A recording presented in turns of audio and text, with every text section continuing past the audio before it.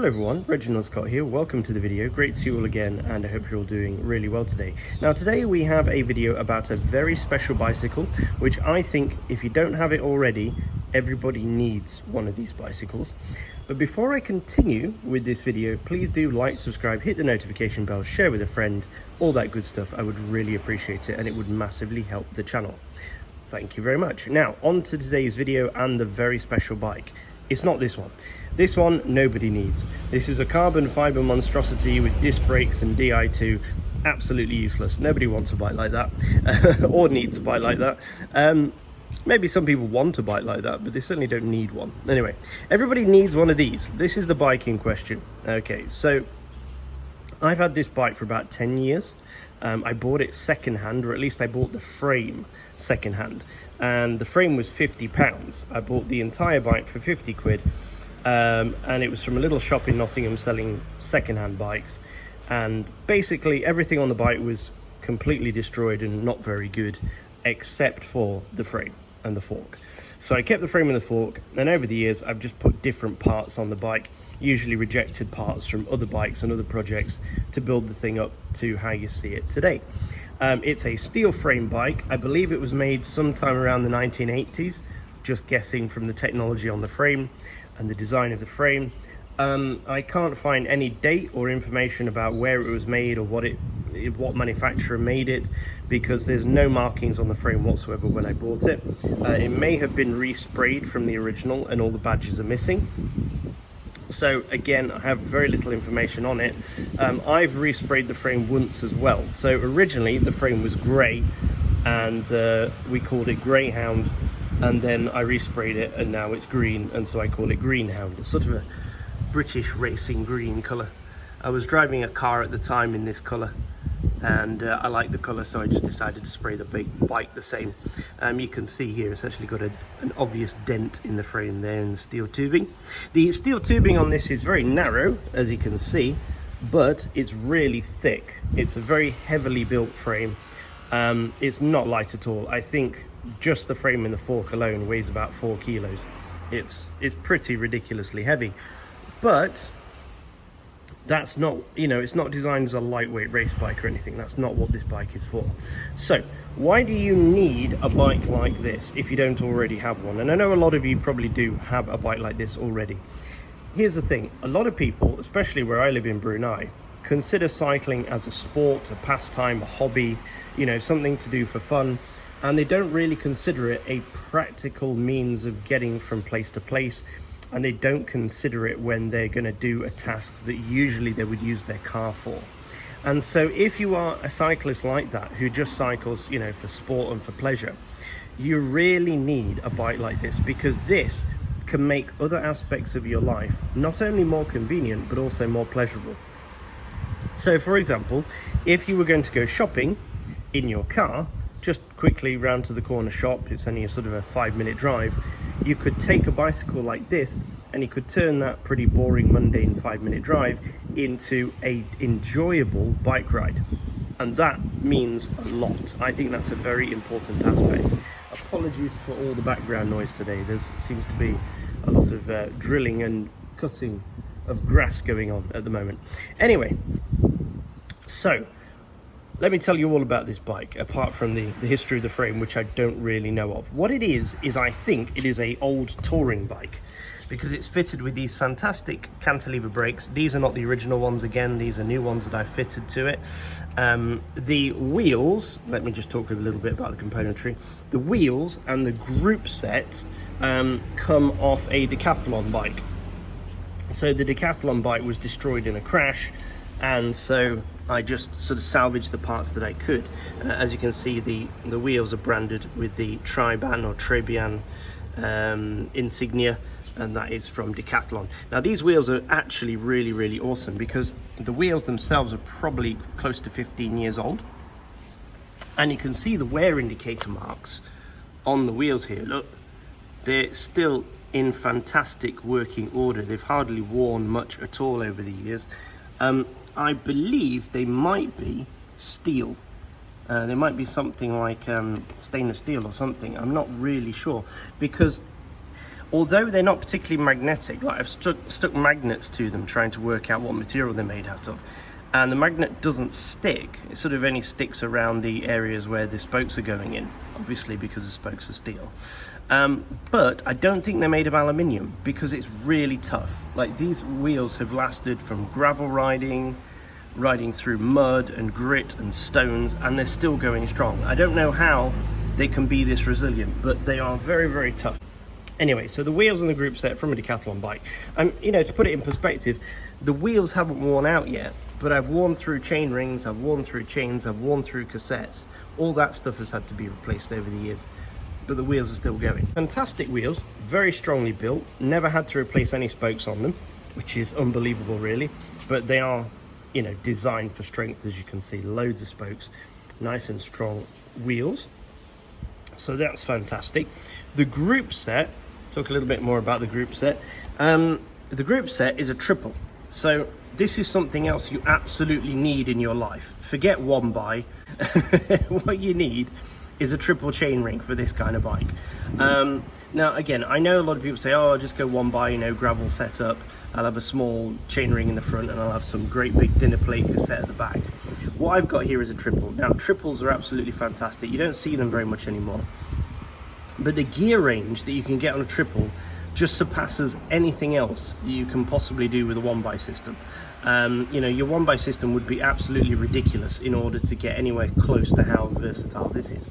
So when I'm out riding on this bike, and I've ridden this bike without the carrier cage on the back, without the pannier rack, without the boxes and things, I've just ridden it as a normal bike with narrow tires. I've used sort of like 23s and 25s on here, and I've actually gone out for group rides with fast road cyclists, and I'm able to keep up on this really heavy bike. The whole bike itself weighs, I would say, around 11 kilos without the rack and the box. With the rack and the box, you're looking at 12, 13 kilos, okay, for this entire setup. So it's not a light bike.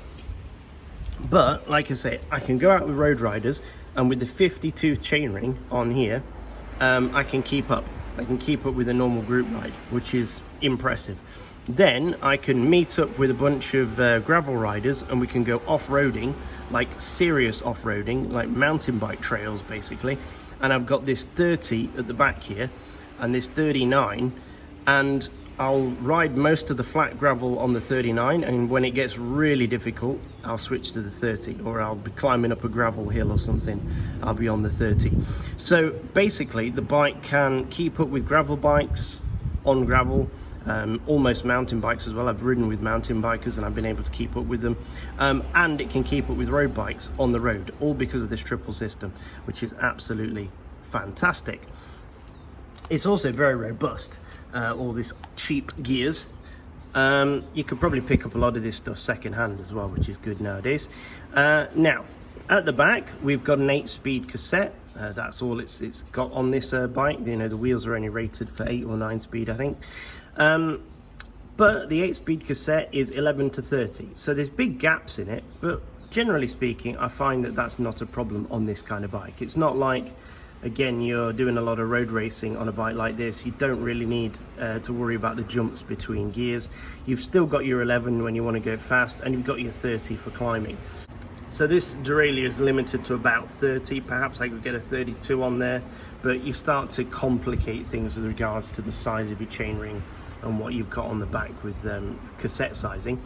But basically it means that I've got a 30 at the back and a 30 on the front, so I've got a 1-to-1 gear ratio there, which is absolutely fantastic for climbing. It's all the climbing gears you will ever need. On that you can climb the steepest hills without too much problem at all.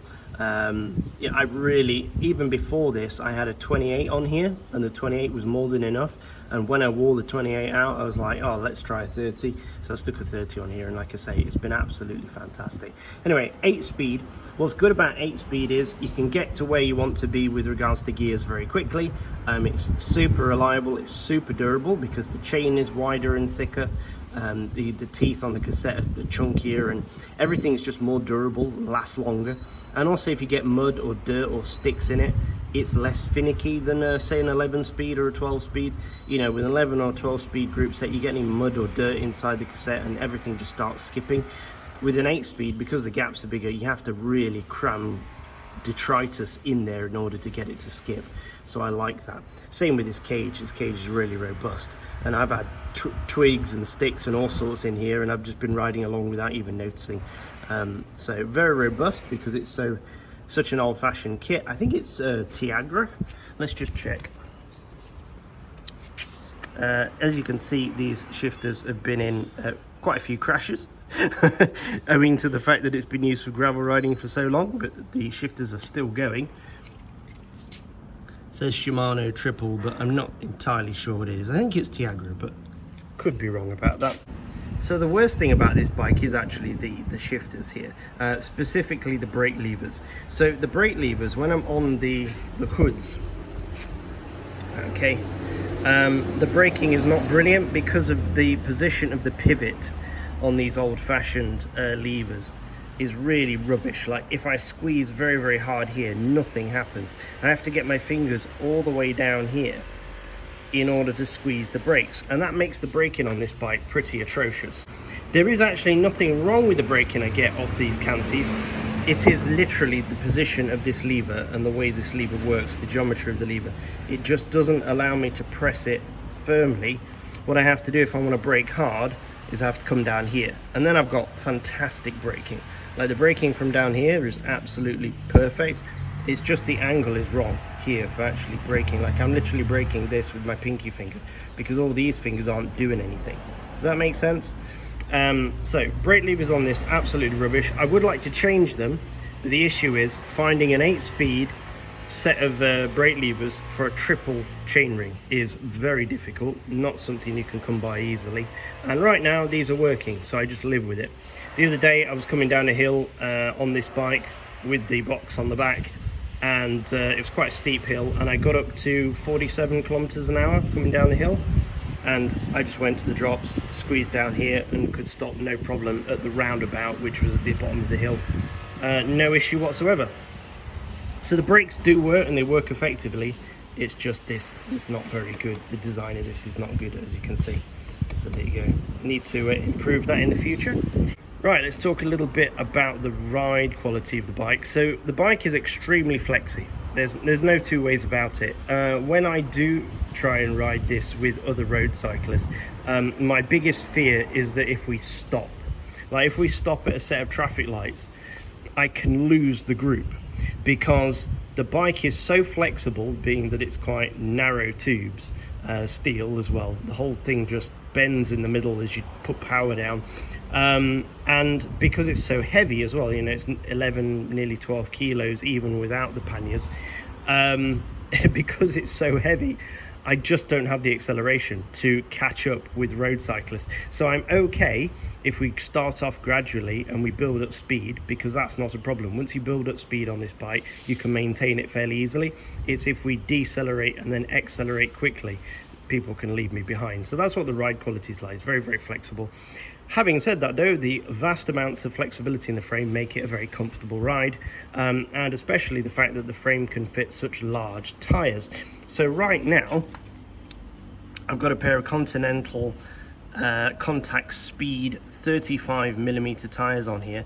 Now these are fantastic tires, especially if you're commuting or anything like that. These are great commuting tires. They've got fantastic grip. Obviously 35mm, so they're super wide. It gives you lots of surface area for gripping roads, especially wet roads and things. And the contact speed is rated for e-bikes, but these are incredibly tough tires. I think I've only ever had one puncture with these. It was with a piece of steel, sharp piece of steel that went through. Other than that, glass has been no issue. Obviously flints and stones have been absolutely no issue. And I've done gravel riding on these. I've done like serious gravel riding on these, and they've been absolutely no problem. Now these are, like say, a 35mm, but in this frame I can actually fit 40mm slicks or 37 knobbly tires. So I've got a really aggressive pair of knobbly gravel tires. They almost look like old-fashioned mountain bike tires that I can stick in this thing, and they fit absolutely fine, and they are phenomenally good for going off-road. So again, what I love about this bike is how versatile it is. It can do pretty much anything. It's extremely durable, being a steel frame and a very thick old-fashioned steel frame is just basically bomb-proof. There's not much can go wrong with it. And the other thing about it is, being that it's thick, the tubes are very thick, and it's steel, it's possible to weld it as well. So if anything were to go wrong with it, it could be repaired. So a few other features of the bike: I've got a very strong and sturdy aluminium seat post in here. Again, that's good because I'm clamping to it, so it would be no good if it was carbon, although a carbon one would be considerably more comfortable. Perhaps I can get a titanium one for it one day. The sizing here is a weird French sizing. I can't remember off the top of my head what it is, but I had to search for quite some time to find the correct size. And yeah, it's very rare. I had no idea until I started researching for this one how many different seat posts there are, or seat post sizings there are on old steel frames. Over here at the bar, this bar was off the original Decathlon bike, and at the top here I've got it double wrapped. So I've got foam underneath here, and then over the top I've got some old physique tape, the old stock that I have, and this is really thick. Like, it's, if I squeeze really hard, I can just about feel the bar underneath. But basically, when my hands are resting here, they're perfectly comfortable. I like to rest my hands here because the hoods feel absolutely rubbish. Again, I spend as little time as possible here. I basically rest my hands here, or I go here for braking. That's about it. And then at the back, so I've got this fairly cheap clip-on pannier rack. It just bolts onto the frame with some rubber pads down here to protect the paintwork. This whole thing, including the baby chair that came with it, or the child chair, cost me, I think, around 90 Brunei dollars or something, so it wasn't too bad. It's been absolutely wonderfully useful. I've just put a new box on the thing, and I have bolted the box onto the rack, as you can see. So the box is not going anywhere. And this is a fold-away box as well, so when it's not in use, I can actually fold the box away. It actually splits and goes completely flat. It's got this insulated layer inside that can be pulled up when you're doing your shopping. There you go, you see. And so it keeps everything nice and cool and protected from the sun. And I've got some rubber straps as well, which are just old inner tubes with hooks on the end that I've tied on, and these go over the top of the box, and they help keep the lid on, because the catches that the box has are not particularly sturdy. So I usually put the straps over the catches to stop them from opening.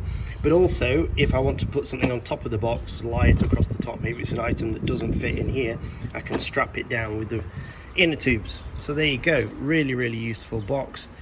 So one thing I made sure to do was measure the width of the box before I bought it, and make sure that the box is narrower than my handlebars. So the width of my handlebars is wider than the box, so that when I'm going through traffic and I'm squeezing between cars, I put my hands on the sides here, and if my knuckles or anything touches a car, I know to be extra careful, because I don't want anything on my box clipping the cars, right?